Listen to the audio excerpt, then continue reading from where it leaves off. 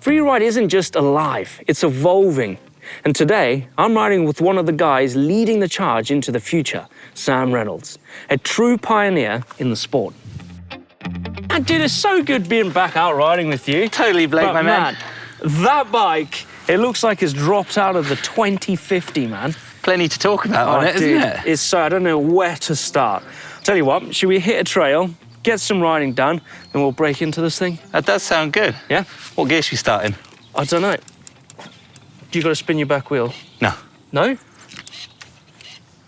4, 5? Yeah, 5. Sounds good. All right, after you. I've never been down here. All right.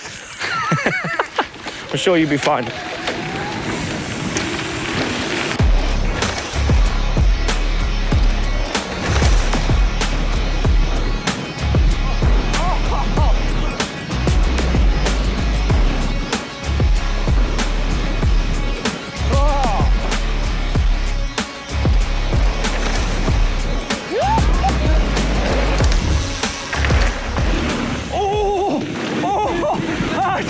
I'm overtaking you!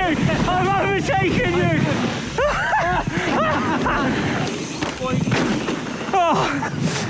It was so good. I forgot to put my goggles on. Oh no! What a track. Hell of a track. That's quality, isn't it? Yeah. Coolest bike ever, right? Yeah. I love it. I like this front belt ring. Yeah, it's really cool, isn't it? Kind of when I first got it, I was like, oh, I want to swap everything out to make it black. But actually, I love the silver now. Looks machined and CNC'd, doesn't it? It looks industrial. Plenty to talk about, isn't it? Dude, I don't know where to start. First off, how does the bike feel when riding? Amazing. I was so surprised, actually. I did make like a video myself the first time I rode it, and it was all like genuine reaction of just how incredible it was. And everything was different. It was like jumping 10 years into the future almost. Yeah, so, that's like, crazy, isn't it? The suspension was incredible. The silence of the belt, it doesn't make a noise. And that sort of helps you hear what the back wheel's doing, what the front wheel's doing. All the weight is also under your feet as well. There's nothing at the back. So like weirdly, it's actually amazing for like flares at Darkfest, tail whips, spins, stuff like that, which obviously was not at all in the design. Not what they were designed for, no. All the weight is off the back wheel. Yeah. So that grips the floor so much better, apparently. Makes it more proactive, I guess. Yeah, exactly. More compliant. And I could feel that straight away. I could run my suspension as hard as I wanted it to do the jumps, like I had on my old bike, but it would still have so much grip for the rest of the time. So like, I don't need to let it down. Like, we've just come straight from Darkfest. It's the same bike, but it's the same bike. Yeah, literally so you've got the same one bike in the garage, and this is it. This is it. Yeah, it's not in the garage because it's here. What was the things that you changed on it to make it, Darkfest ready? Well, okay, the only things I've changed are the forks. Obviously, I've got some 170 Manitou Mezzas in there, and the rear shock is also 170, whereas in the downhill setup, it's 200. So it's literally 3 bolts. You just change this and the shock together. And that's it. From 200 to 170. And actually, I've put lighter tyres on now. I've got like trail tyres because at Darkfest, I run the full downhill casing and inner tubes to make it heavier. Yeah. So then it's better for whips. Now, the one thing that I heard was you, when I was following you down, it's just... Yeah. Did not know it was electronic. I thought it was like a mechanical push thing and the gears all moved around. No, so the original ones were like grip shift and that shifted the gear, but no, now the new one is this smart shift. So you can literally go from gear 1 all the way up to 9. Listen to that. Or 11. I actually don't know which one it is. Let's count. Railing down a trail and you get to the bottom, there's never again that like being stuck in bottom gear and you have to go kang, kang, kang, kang, kang, and smash your chain. You can just sit there and be like, zip, zip, zip, first gear.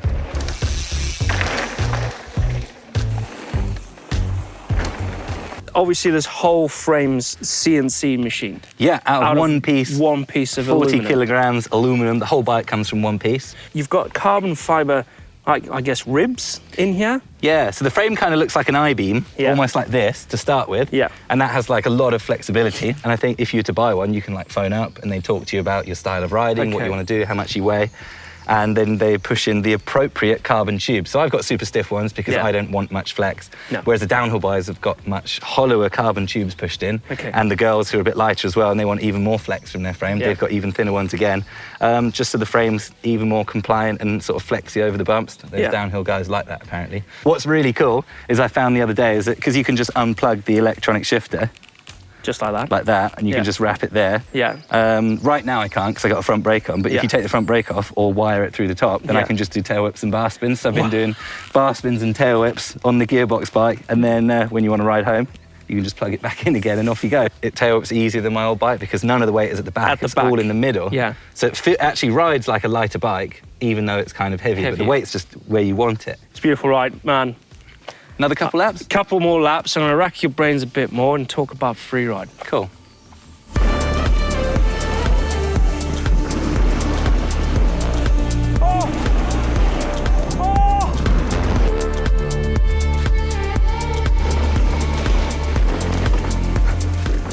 The one thing I love watching every year is Darkfest. Well, you were at the first one, weren't you? Was there the first one? 9 years ago. It's like an experiment, really, still, isn't it? Like 10 years ago, 9 years ago, I wanted to build the biggest jumps that have ever been made and show what I could do on them and see what I could do on them. But over the 10 years, it's developed now into like the platform for the younger generation now to come up and for them to show us what they can do and use all our experience of jump building and try and make it as safe as possible. There's like a proper young scene now coming out, which is really good to see. It's what you always want to see, isn't it? You don't want to see something die out. Yeah. You want to see it thriving. Now you're the pioneer in this era for the youngsters to look up to, and then vice versa, it'll just continue. Hope so, that's the idea. You've got to leave it in a better place than you found it, haven't you? Yeah.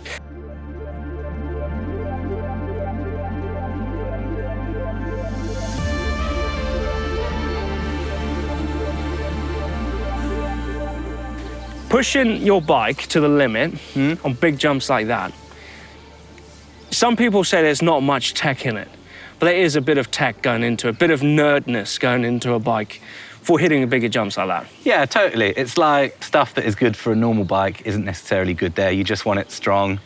Weight doesn't really matter at all because it helps in the wind. I actually, like I said earlier, put heavier tyres and heaviest tubes in to help with the, I guess it's the centrifugal force, that when you're going straight, it keeps you straight. So you can whip harder and the bike wants to come straighter, so it feels cooler to lean off. Obviously, everyone has their suspension pretty damn hard, but actually, I don't really, I just run it at a bike park spec. No. It just depends on what you like to ride. That's what when people are like, how do I set my bike up? I just say, how does it feel good? And then ride it to that. Personal preference. Yeah, it's personal preference. You learn what you like better. You have crashes because of bike setups, and then you learn stuff, and you have a day where you're riding good because you've changed something on your bike, so you just learn over time, really. And you can pass that experience on to someone else, but like I said, at the end of the day, how you ride a bike is not how I ride a bike, so always take everyone else's advice with a pinch of salt, and if you think it's right and it makes you ride better, then stick to it. Exactly. There's no right or wrong way. Yeah. Just express yourself, dude. Express yourself. And we do on regular occasions. We do express. May the truth be told, I was down bad, now I got it on go. Finna count my dough till my thumb got slit. Put my neck on glitz, put my name on the list. Finna shine on the bitch, from the bay, been player one, way too clean. I was born this way, this my DNA. I was EBT, now the bread on the way was to ETA. I done... Right, a little personal chat. How do you like your bike set up? Like, just go with tyre pressures. First of all, quite short. So I've got a short frame, I think similar to what the girls are running. Yeah. And obviously that's too small for what I should be running, but I like a bike to be agile and fun. Like, I'm not looking for the best lap time. No. I'm looking for the best fun time on the way down. Miles for miles. Exactly. 27-inch wheels. Again, more agile than a 29er. Yeah. Doesn't like buzz your butt, anything like that. And quite simple. Like, that's what really appeals to me about the belt, is that it's just out there. So little stuff to get broken, no mech to smash, no chain to snap. So what oil do you use on that? You don't have to. That's the best thing. You literally go home. You just leave it. It doesn't go right, or you don't oil it. Yeah, you just leave it. You literally go home, wash it. Yeah. If you even want. Yeah. If you don't have to. Yeah. And then I think you change the oil in the gearbox every 10,000 miles. They said. 10,000. You're not going to do 10,000 miles, are you? Ever, no. 10,000 miles or every year, whatever comes first. So like, unless you're a beast, it's gonna be every year. But the guys said they've run one for like 5 years and they've changed the oil and it's come out like golden syrup goodness, like almost no point. Suspension setup, I know you got 170. Pressure, you're saying a little not bit... as hard as some people actually, like have a bounce on it. It's kind of actually quite reasonably it is actually sort of soft for a jump guy. But it's cool riding for the SEON World Cup team actually, because they obviously are striving for the best products, the best setups and everything. So I just get the kickback from that. Yeah. Just sort of stand there and welcome the amazing parts as they come in. Are you looking forward to winning that 100 grand yourself? You're I haven't tried yet actually. No, I haven't tried yet, so I haven't won it yet. But it would be awesome for one of the team to take that. I think Hattie's looking pretty good actually. I think she could be one of the main contenders for that one.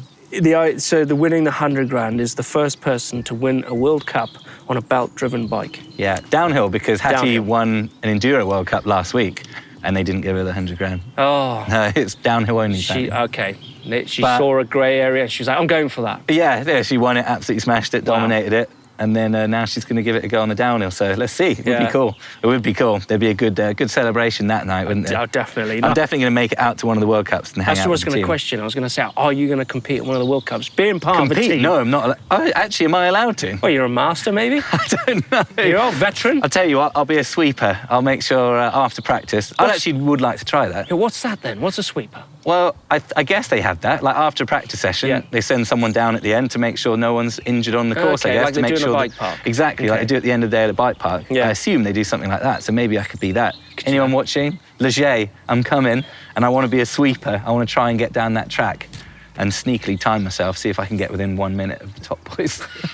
There's someone there. See ya. There's another one. See ya. Yeah, you're right, aren't you? Yeah, bye. Yeah, bye, dude. Mate, it's incredible. I like the noise. Fun, isn't it? Just have a pedal round. It's so weird. I might go where it's flatter. Maybe down there. Yeah. All right. And it shifts when you're at a certain point. So that takes some getting used to. It's not an instant one. Okay. You press it and then it shifts when I think your crank gets to the top or something like that. So you're not less. Yeah. So it's not under pressure. You can't go you can do a little bit of pressure. It's the same as a chain. Like you're not going to crank as hard as you can and change. Well, yeah. But you can put a bit of weight through it and shift. Ask Neil Donahue. He does that. Or does he just smash through him? He's like a monkey on a machine gun.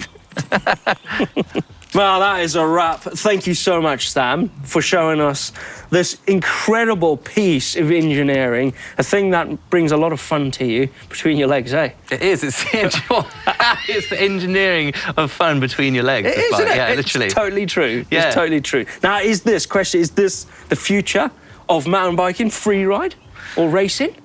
For downhill, I think so. Yep. It needs to be proven, doesn't it? Enduro, potentially as well. Yeah. Freeride. Yeah, so sick. So good, It's isn't just it? actually, it can do everything. I've got one bike and it does absolutely everything. So I love it so far. So good. Thank you so much for watching this. And again, thank you, Sam, for bringing this to us. And I think it's a wrap. And I think it's time for a beautiful coffee. And we'll see you next time. Taking us... Oh, I've got lost. Where are we? We're at Bike Park Wales.